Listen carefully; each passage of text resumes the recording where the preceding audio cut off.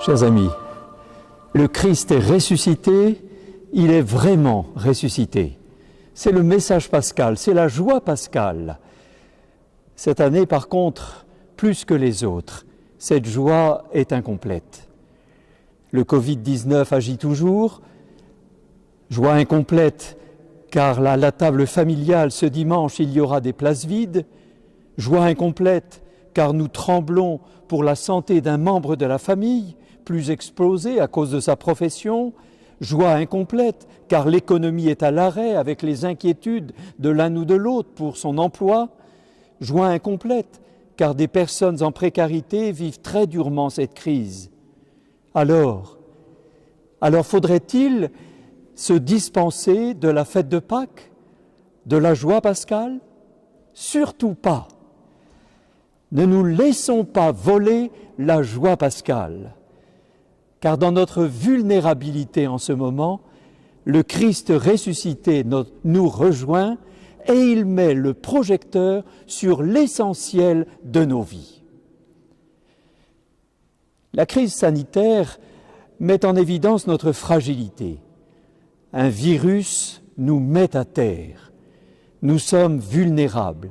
Notre monde est vulnérable et notre mode de vie est vulnérable.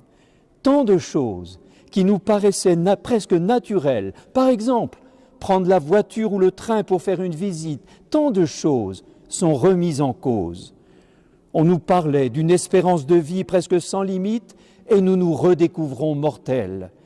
Des activités, des loisirs, des relations sont rendus impossibles. Oui, nous sommes vulnérables. Oui, nous sommes fragiles. Le premier jour de Pâques, c'est précisément à des personnes vulnérables et fragiles que le Seigneur ressuscité se manifeste. Marie-Madeleine, la première à se rendre au tombeau, puis Pierre, puis Jean, passent par une crise terrible. Ils avaient misé sur un homme et le voilà condamné et mis à mort comme un vulgaire bandit. Ils croyaient tenir un chef qui allait satisfaire leur ambition, qui allait assurer leur prospérité, et ça se termine lamentablement. Leur maître, leur chef, leur rêve enterré. C'est précisément à ces gens-là que le Christ ressuscité se manifeste. Et l'événement pascal les sidère, les surprend. Ils ne savent pas trop comment en parler. Ils ne savent pas trop s'il faut rire ou pleurer. Et alors, on voudrait qu'ils aient monté une supercherie, mais ils en étaient bien incapables. Pâques les prend tous par surprise. C'est l'humilité, la joie humble du premier jour de Pâques. J'aime ces évangiles du jour de Pâques. J'aime ces évangiles tellement vrais qui ne cachent pas que pour ses disciples aussi, il n'a pas été si facile d'entrer dans le mystère de la résurrection du Christ. Merveille, mes amis, merveille que notre Dieu qui vient nous rejoindre dans nos fragilités, dans nos vulnérabilités et qui nous étonne. J'aime cette icône de la descente aux enfers. Le Christ ressuscité et vivant saisit le poignet d'Adam, c'est-à-dire de tout homme, de toute femme, et le relève. Adam, Ève, c'est chacun d'entre nous. Dans ce temps de crise, il nous tire dans ce monde nouveau. Il met debout l'homme et la femme qui se lancent dans une vie nouvelle, dans une autre manière de vivre. Et c'est ce qui va se vérifier. Saint Pierre, marin-pêcheur, Saint Paul, un fabricant de tentes, vont se lancer sur les routes du monde romain pour annoncer l'Évangile. Dans la crise terrible par laquelle ils sont passés, la vie jaillit. Des groupes se créent, des communautés nouvelles naissent. Et c'est vrai encore aujourd'hui. Voilà que des catéchumènes adultes en Gironde viennent de milieux anticléricaux. Voilà que des catéchumènes lycéens sont issus de familles indifférentes à leur démarche vers le baptême. Voilà que des personnes tirent les conséquences de leur foi chrétienne jusque dans leur choix professionnel. Oui, c'est la joie pascale. De la mort jaillit la vie, l'amour qui se donne. Et jusqu'au bout, cet amour-là est vainqueur de la mort. Avez-vous remarqué, chers amis, à qui Jésus ressuscité apparaît? Est-ce à Pilate? Est-ce aux soldats romains? Est-ce à Hérode? Non. Non. D'abord parce que Jésus n'est pas là pour prendre sa revanche ou régler ses comptes. Jésus ressuscité apparaît à ses amis, à ceux qui l'ont suivi. Il les rejoint chez eux. Qu'est-ce que cela veut dire pour nous? Quelque chose d'essentiel, un point majeur de notre foi chrétienne. Jésus ressuscité met le projecteur sur l'essentiel de nos vies. Notre foi au Christ ressuscité souligne le sérieux de nos relations humaines, nos relations familiales, nos amitiés, les fraternités chrétiennes que nous voulons vivre, nos relations de solidarité ont un poids d'éternité. Nous ne sommes pas, non mes amis, nous ne sommes pas des individus isolés, comme trop souvent on voudrait nous le faire croire. Nous ne sommes pas des individus isolés, perdus dans le vaste monde et soumis à une mondialisation sauvage. Nous sommes des personnes faites pour la relation. C'est le geste de Jésus sur l'icône, avez-vous remarqué? C'est un geste de relation, il renoue le lien. Il restaure le lien, il rétablit le lien avec la personne humaine. Sans relation avec nos proches, nous sommes morts.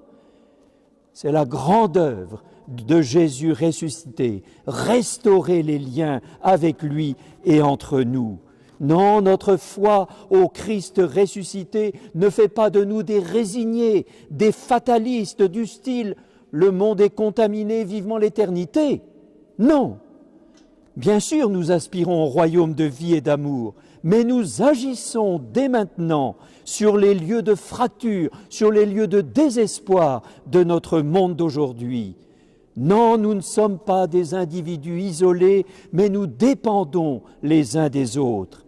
Et nos métiers, ça n'est pas seulement pour gagner de l'argent, c'est aussi, et d'abord peut-être, pour le service des autres. Nous le redécouvrons en applaudissant les personnels soignants, mais aussi les caissières de nos magasins ou ceux qui s'occupent de la propreté de nos rues. Non, nous ne sommes pas des individus isolés, nous sommes solidaires des plus fragiles, des plus petits de nos frères. Voilà le message pascal, voilà ce que dit le Christ ressuscité, voilà ce monde nouveau vers lequel il nous entraîne dans la joie pascale. C'est la joie des croyants, notre joie, nous qui percevons parfois la dure réalité de l'existence humaine, nous qui n'avons pas d'illusions sur les forces du mal, mais qui savons que la mort n'aura pas le dernier mot, car le Christ l'a vaincu. Frères et sœurs, dans cette semaine pascale, dans ce temps pascal, cultivons la joie entre nous, en renforçant, en restaurant, en développant les liens entre nous, entre voisins, entre proches. Et à vous, frères et sœurs croyants, je propose pour ce temps pascal 3 petits points d'attention. Un geste, des paroles, une prière. Un geste simple, le geste du sourire. Le sourire, même si c'est un sourire triste, car il y a quelque chose de plus triste qu'un sourire triste, c'est la tristesse de ne pas sourire. Des paroles habitées par la vie du ressuscité, c'est-à-dire des paroles de bienveillance, d'encouragement, de paix, non pas à la recherche de boucs émissaires, mais surtout des paroles qu'ils veulent réconforter. Et commençons ces paroles de bienveillance en famille, entre parents et enfants, même jusqu'à la belle famille, n'hésitons pas. Et puis une prière, merci. le merci au Seigneur, l'action de grâce pour sa présence, l'action de grâce pour les signes du Christ ressuscité déjà au milieu de nous.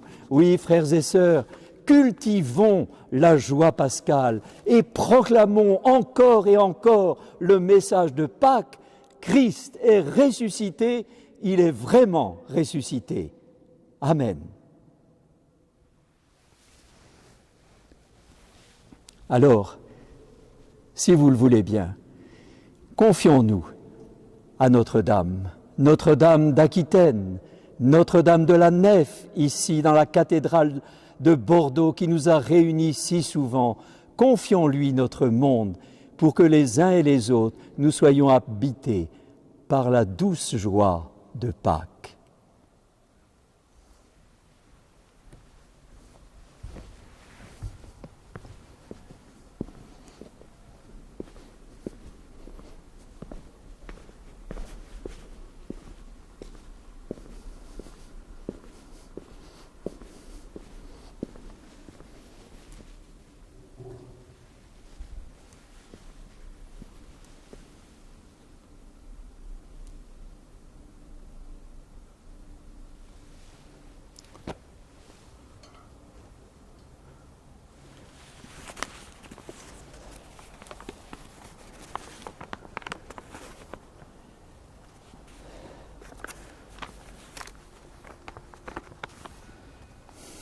Dieu de miséricorde, notre Père, tu nous as aimés le premier. Par la croix de Jésus, ton Fils bien-aimé, la vie a jailli au matin de Pâques, et tu fais de nous tes enfants unis au corps de Jésus-Christ. Nous te rendons grâce toujours et partout pour la résurrection qui s'accomplit jusqu'à la fin des temps. Durement éprouvés sur le chemin de Pâques, nous crions vers toi. Par ton Esprit Saint, sauve-nous, ô Père, des forces de la mort. L'Église tout entière en appelle à toi. Comme tu l'as accompli maintes fois pour notre monde, fais taire cette épidémie, Seigneur. Permets qu'elle soit maîtrisée sans tarder. Par l'intercession de Notre-Dame d'Aquitaine et de Saint-André, l'Église de Bordeaux et de Gironde te supplie. Parais, Seigneur, que nous ne soyons pas terrassés par le mal. Dispersés par le confinement nécessaire, privés de rassemblements et de messes dominicales, dans l'incertitude des semaines qui viennent, nous te le demandons. Renouvelle le lien de l'Esprit qui nous attache à toi et entre nous le lien fraternel. Dans l'Esprit Saint, nous te prions les uns pour les autres. Rends-nous attentifs à notre prochain. Permets-nous de veiller sur les malades, les isolés, les aînés et les enfants, les endeuillés, les plus fragiles. Donne-nous d'être créatifs pour découvrir les soins, les gestes et les paroles qui apaisent. Répands ton esprit de force et de service sur ceux qui, jour et nuit, soignent malades et mourants. Répands ton esprit de sagesse sur nos gouvernants qui ont à prendre des décisions difficiles. Répands ton esprit de discernement sur ceux qui garantissent le fonctionnement efficace de l'État et des services sociaux. Accueille, Seigneur, dans ta paix ceux qui meurent aujourd'hui et console leurs familles. Par la grâce de l'Esprit Saint, nous te demandons, Père, que l'Évangile soit annoncé en actes et que l'humanité en soit illuminée de douce joie, d'espérance, de résurrection. Oui, Père très bon, avec Notre-Dame, nous voulons te redire que ta volonté soit faite. Cette prière, nous la confions par l'intercession de Notre-Dame d'Aquitaine, Notre-Dame de la Nef. Je vous salue, Marie comblée de grâce, le Seigneur est avec vous. Vous êtes bénie entre toutes les femmes, et Jésus, votre enfant, est béni. Sainte Marie, Mère de Dieu, priez pour nous, pauvres pécheurs, maintenant et à l'heure de la mort. Amen, Amen, Alléluia. Le Seigneur soit avec vous et avec vous. Et que par l'intercession de Notre-Dame d'Aquitaine et de Saint-André, que Dieu Tout-Puissant et Miséricordieux vous bénisse, le Père, le Fils et le Saint-Esprit. Amen.